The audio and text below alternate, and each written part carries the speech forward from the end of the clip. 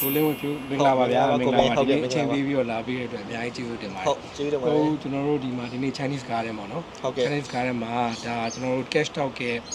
episode 3series 1ဟုတ်ကဲ့ကျေးဇူးအများကြီးတင်ပါကိုလင်းဝဖြူself introduction လေးကျွန်တော်ပြောပြလို့ရအောင်မယ်ဟုတ်ကျွန်တော်နာမည်လင်းဝဖြူပါလက်ရှိကျွန်တော်ကစင်ကာပူနိုင်ငံမှာ M1 မှာ principal engineer နဲ့အလုပ်လုပ်နေပါတယ်ခင်ဗျဟုတ်ကဲ့အဲ့တော့ဒီမှာဘယ်နှစ်ရှိပါလဲကျွန်တော်ဒီမှာတော့2နှစ်လောက်တော့ရှိပါပါခင်ဗျဟုတ်ကဲ့ okay thank you အဲ့တော့ကိုလင်းဝဖြူကကျွန်တော်ရဲ့ဒီprofessional services consultant bootcamp မှာတက်ခဲ့တယ်လုပ်လဲလုပ်အခုပြီးလဲပြီးသွားပြီအဲ့တော့အဲ့ class ကိုဘယ်ရည်ရွယ်ချက်နဲ့မလို့စပြီးတက်ခဲ့တာကျွန်တော်တစ်ချက်တော့ပြောပြဟုတ်ကဲ့ကျွန်တော်ကကျောင်းကတော့ W1DU မှာနေelectronic communication နဲ့ကျွန်တော်ကျောင်းပြီးခဲ့တယ်ကျောင်းပြီးတော့ကျွန်တော်အလုပ်ဖတ်လုပ်တယ်ပေါ့နော်အလုပ်ဖတ်လုပ်ရကျွန်တော်ကတောက်လျှောက် engineering background နဲ့ technical ပဲကျွန်တော် focus တောက်လျှောက်လုပ်ခဲ့တယ်ဒါပေမဲ့အလုပ်တက်တန်းကြာလာတာနဲ့အမြဲကျွန်တော်တို့မှာကတောင်းယူရမယ့် responsibility ကပို့လို့လာတယ်အဲ့အချိန်မှာကျွန်တော် internal တို့ external တို့ကျွန်တော်တို့မှာက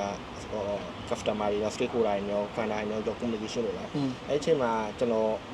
အနေနဲ့ okay ကျွန်တော် technical တခုတည်းမဟုတ်ဘူးကျွန်တော်လည်းပါတခြား communication တို့ engagement တို့အများကြီးကျွန်တော်လေ့လာဖို့လိုမယ်ထင်တယ်အဲ့အချိန်မှာကျွန်တော်ရှာနေကျွန်တော်ကိုမင်းတင်တန်းကိုကျွန်တော်တွေ့ရပါတော့အဲ့အချိန်မှာကံကောင်းထောက်ပံ့ဖားနဲ့ကျွန်တော်ကိုမင်းတင်တန်းကိုကျွန်တော် join ခွင့်ရခဲ့တယ်ပေါ့နော်အဲ့တော့လည်းကျေးဇူးအများကြီးတင်ပါတယ်အဲ့တော့ကျွန်တော်တက်ဖြစ်ပြီးတော့ကျွန်တော် community ကနေကျွန်တော်တခြား engagement တို့communication တို့တခြား work structure တို့ risk management တို့အများကြီးတင်ခွင့်ရခဲ့ပါတယ်ခင်ဗျဟုတ်ကဲ့ thank you အဲ့တော့အဲ့မှာကျွန်တော်ဒီတင်တန်းမှာတည်ခဲ့တဲ့ task force ပြောဆို WBL လောက်တာတို့ကျွန်တော်တို့ဒီ framework တွေလည်းကျွန်တော်သင်ကြားပေးရပြီးအချိန်မှာအဲ့တော့ဒီ post sale ဘက်အခန်း implementation ပြီးတော့ pre sale ရှိရတည်မလားအဲ့တော့အဲ့ဒီຢာတွေမှာဘယ် subject ကကိုယ့်ရဲ့အလုပ်ခွင်မှာအကျိုးသက်ရောက်တယ်လို့ခံစားခဲ့ဟုတ်ကဲ့ကျွန်တော်တို့ကအရင်ကလောက technical ဘိုင်းဆိုတော့ကျွန်တော်ဒီ project ပေးတယ်ဒီ project ပြင်ကျွန်တော်ဒီဟာပဲကျွန်တော်လုပ်တယ်အဲ့တော့ကျွန်တော်ဒီအပိုင်းပဲတည်တယ်ကျွန်တော်အဲ့ဒီပိုင်းကျွန်တော်မသိဘူးသိရမယ်လို့ကျွန်တော်တော့မထင်ခဲ့မိဘူးပေါ့နော်ဒါပေမဲ့အခုနောက်ပိုင်းကျွန်တော် responsibility တိုးလာတယ်ပြီးတော့ကျွန်တော်ဒီ single မှာလည်းကျွန်တော်အလုပ်ဝင်တယ်အခုကျွန်တော်မှာက show case ရကြကျွန်တော်အနေနဲ့project manager တယောက်လိုမျိုးပါကျွန်တော်တာဝန်ယူရတဲ့အပိုင်းတွေရှိရဲအဲ့ချိန်မှာကျွန်တော်အနေနဲ့ end to end အပိုင်းတွေ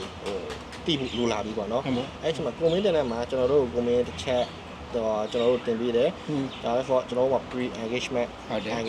post engagement အဲ့ထဲမှာဒါက main 3 category ပေါ့နော်အဲ့ထဲမှာထပ်ပြီးတော့ဒီတွေအများကြီးကျွန်တော်ထပ်တင်ပေးအဲ့ကြောင့်ကျွန်တော်တို့ဘာလဲဆိုတော့ကျွန်တော်တို့က case တစ်ခုဖြစ်ဖြစ်project တစ်ခုဖြစ်ဖြစ်ကျွန်တော်တို့ရလာပြီဆိုရင်ကျွန်တော်တို့ကအစဆုံး end to end ကျွန်တော်မြင်တတ်ဖို့လိုတယ်အဲ့ဒီတင်တဲ့3မှန်တော့ကျွန်တော်အနေနဲ့အနှစ်သက်ဆုံးတော့ဖြစ်မယ်လို့ကျွန်တော်ထင်တယ်ခင်ဗျာဘာလို့ဆိုတော့အဲ့ဒါပြီးသွားတဲ့အချိန်မှာကျွန်တော်အနေနဲ့အလုပ်ခွင်မှာအများကြီးအထောက်အကူပြုပါတယ် project တစ်ခုကိုဒီဟုတ်ပြီကိုယ်နဲ့ဆိုင်ရမဟုတ်ပဲဘယ်က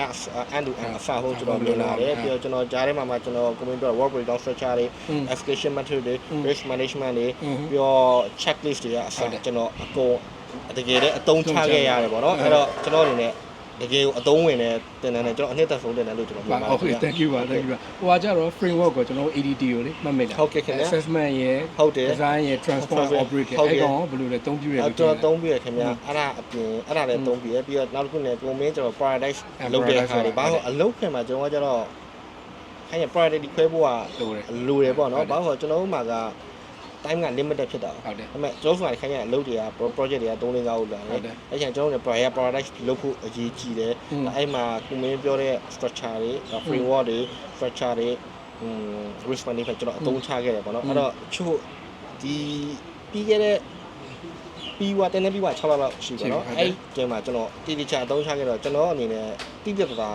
အလုံးမှာတိုးတက်လာလို့ကိုယ့်အကူမြင်ပါတယ်ခင်ဗျာ။အဲ့ချို့ project တွေ recently ကျွန်တော်ပြီးွား project တွေရှိတယ်။အချို့ handover process တွေမှာတကယ်ကို smoothly နဲ့ပြီးွားတဲ့ဟာတွေမြင်တွေ့ရတယ်ပေါ့နော်အလုံးမှာအဲ့တော့ကျေးဇူးတင်ပါတယ်ဟုတ်ကဲ့ no problem thank you ပါအဲ့တော့ထားပါတော့ဗျာအခုဒီကိုလာပြီးအလုပ်လုပ်နေ2နှစ်ကျော်ရှိပြီ M1 မှာလုပ်တယ်အဲ့တော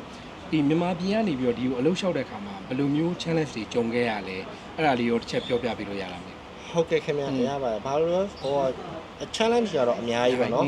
ဘောင်းဆိုကျွန်တော်ဒီမလာခင်မှာကျွန်တော်ကြောင်းပြီးချင်းကျွန်တော် origin မှာပဲကျွန်တော်9နှစ်လောက်လုပ်ခဲ့တယ်ပြီးတော့ကျွန်တော် Hawaii ကိုကျွန်တော် join သွားတယ် join သွားချိန်မှာကျွန်တော်ဒီဘက်ကိုစင်ကာပူလာဖို့ကျွန်တော် plan ရှိတယ်ဗောနော်အဲ့ plan ရှိတာတော့ကျွန်တော်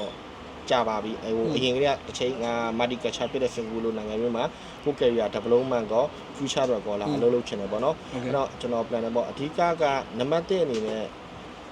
ကျွန်တော်ကိုယ့်ရဲ့ professional skill ပေါ့ကိုဘာလုပ်နေရလဲပေါ့ကိုလုပ်နေတဲ့ professional skill ကကိုတစ်ချက်ပိုင်အောင်လုပ်ဖို့လိုမယ်လို့နံပါတ်1ထင်တယ်ပေါ့နော်ပြီးတော့နံပါတ်2ကတော့ communication ပေါ့ communication ကတော့ဒီ English စာကောတခြားကို interviewer ကမေးတဲ့ question ကိုကတိကျတိမိမိဟိုဖြေနိုင်အောင်လုပ်ဖို့လိုတာကောတခြားဒီ network ပေါ့ network ဆိုတာကြောဒီတခြားဒီ LinkedIn တို့ဘာလို့အဖာကြောဒီ network တွေရောအဲ့ဒါကြီးကအကုန်လုံးပြင်ဖို့လိုမယ်လို့ကျွန်တော်ထင်တယ်ခင်ဗျဟုတ်ကဲ့အဲ့တော့အဲ့မှာဒီ interview အဲ့လိုမျိုး challenge တွေတွေ့ခဲ့ပြီးတော့ interview မှာဘယ်လိုအခက်အခဲဆုံး question နဲ့ကြုံတွေ့ခဲ့ရလဲအဲ့ question ကိုအမေးပဲဖြစ်မယ်ဗျာဟို test လုပ်ခံရတဲ့ဟိုဘယ်လိုခေါ်မလဲဟို project တစ်ခုပြီးတော့အဲ့ဒါကိုဖြည့်ရှင်းခိုင်းတာလည်းဖြစ်မယ်အဲ့တော့ဘယ် challenge အခက်ဆုံးအဲ့ဒါကိုဘယ်လိုကြော်ဖြတ်ခဲ့ရလဲဆိုတော့ပြပြပေးတယ်ပုံမှန် interview ကတော့ကျွန်တော်အများကြီးဟိုဖြည့်ဘူးတယ်ပေါ့နော်မှတ်မှန်ရကျွန်တော် interview တစ်ခုကအကုန်လုံးတည်တဲ့ organization တစ်ခုပါပဲကျွန်တော်အဲ့မှာအလုပ်ရှောက်တယ်ရှောက်တော့ကျွန်တော်က technical ရောကျွန်တော်ပြီးသွားတယ်HR director တော့ရဟုတ်ပြီဖြစ်ချင်တော့ဒါကကျွန်တော် personal နည်းနည်းလေးပါသွားတော့နော်အဓိကအဲ့ company ကကျွန်တော်အမျိုးသမီးရောအလုပ်ရှောက်တယ်โอเคအလုပ်ရှောက်တော့ HR ကကျွန်တော်တို့ကိုကျွန်တော်အနေနဲ့ပေါ့ခက်ခဲဖုန်းလို့ထင်တယ်ကျွန်တော် HR ကျွန်တော်ကိုမေးတယ်โอเคငါတို့ company မှာကဟောလို့မခံ2ယောက်မခံဘူးပေါ့နော်1ယောက်ပဲခံမယ်မင်းနဲ့မင်းအမျိုးသမီးနဲ့ဆိုရင်ဘဒူးကိုခန့်နေတယ်ထင်တယ်ပေါ့ငါက1ယောက်ပဲခံမယ်1ယောက်ပဲခံမယ်ဘဒူးကိုခန့်နေတယ်ထင်တယ်ဘာလို့ခန့်နေတယ်ထင်တယ်မင်းတို့2ယောက်ကဘဒူးပူတော့လဲအဲ့1ယောက်ပဲငါတို့ခန့်မယ်ကျွန်တော်မေးတယ်ပေါ့နော်ကျွန်တော်လည်းတကယ် interview ထဲမှာကျတော့အလုပ်ကလည်း organization အကြီးပဲအလုပ်အရန်လည်းအလုပ်လုပ်ချင်တယ်ပေါ့နော်အဲ့တော့ပြော2ယောက်လုံးကလည်းအရန် trying တဲ့နေရာပေါ့ဒါနဲ့အမေတကယ် interview ထဲမှာကျတော့ unexpected question ပေါ့အေးပေါ့ဒါသိကြတော့ဖြေဖို့ကလည်းစက္ကန့်30ပဲရှိတယ်ဒါပေမဲ့ကျွန်တော်ကကြတော့ဟုတ်ပြီကျွန်တော် professional ကတလိုက် networking ပေါ့နော်ဒါကျွန်တော်အမျိုးသမီးကြောက်လဲသူက transmission ပိုင်းပေါ့တောက်လျှောက်လုပ်ခဲ့ဒါပေမဲ့ကျွန်တော် interview မှာတော့ကျွန်တော်ဖြေခဲ့တာက okay ကျွန်တော်ငါးပိုင်းမှာ professional နဲ့ဟိုငါပမိုင်းနေတည်တယ်ကျွန်တော်မျိုးတွေကသူ့အပိုင်းမှာသူ professional တည်တယ်ဒါကတော့ခုကတော့အချင်းချုပ်ပြောတာပေါ့နော်အဲတော့ရှိပြောတာပေါ့အဓိကအဲ့တော့ငါတို့က we are better than each other in different way ဟုတ်ပြီ good အဲ့တော့နောက်ဆုံးအဆင်ပြီးတော့ကျွန်တော်အဲ့တော့ဖြေလိုက်တယ်ပေါ့နော်ဒါပေမဲ့နောက်ဆုံး interview ကပြီးတော့ကျွန်တော်2ယောက်လုံးအလုပ်ရပါတယ်ပေါ့အဲ့တော့ဒါကတော့ကျွန်တော်ရဲ့ one of the experience ပေါ့တခြား technical question တွေပါရခတ်တာရှိတယ်ဒါပေမဲ့မှတ်မှန်ရ question တော့အဲ့ဒီ interview question ရွေးခိုင်းတာ2ယောက်ထဲမှာ1ယောက်ဆိုတော့ဟုတ်ကဲ့ခင်ဗျာဖြေလိုက်တာလည်းကောင်းတယ်တမျိုးမျိုးဟုတ်ကဲ့ very good ဟုတ်ပြီအဲ့တော့ဒီလုပ်ကိုအခုဒီမှာစပြီးလုပ်ခဲ့တယ်ဒီမှာပေါ့ဗျာဥပမာဒါကတော့ job interview နဲ့ပတ်သက်သွားပြီပေါ့နော်အဲ့တော့ဒီ career တွေမှာကြုံခဲ့ရတယ်အခုလုပ်နေတယ်အခုလုပ်နေတဲ့အလုပ်မှာရောဘယ်လိုမျိုးအခက်အခဲဆုံး project ကကိုယ့်အတွက်အခက်အခဲဆုံးလဲအဲ့ခက်ခဲတဲ့ project ကိုဘယ်လိုမျိုးကြော်ဖြတ်ခဲ့ရလဲနမူနာပြောပြလို့ရတာတစ်ခုပဲရွေးရတယ်ဟုတ်ကဲ့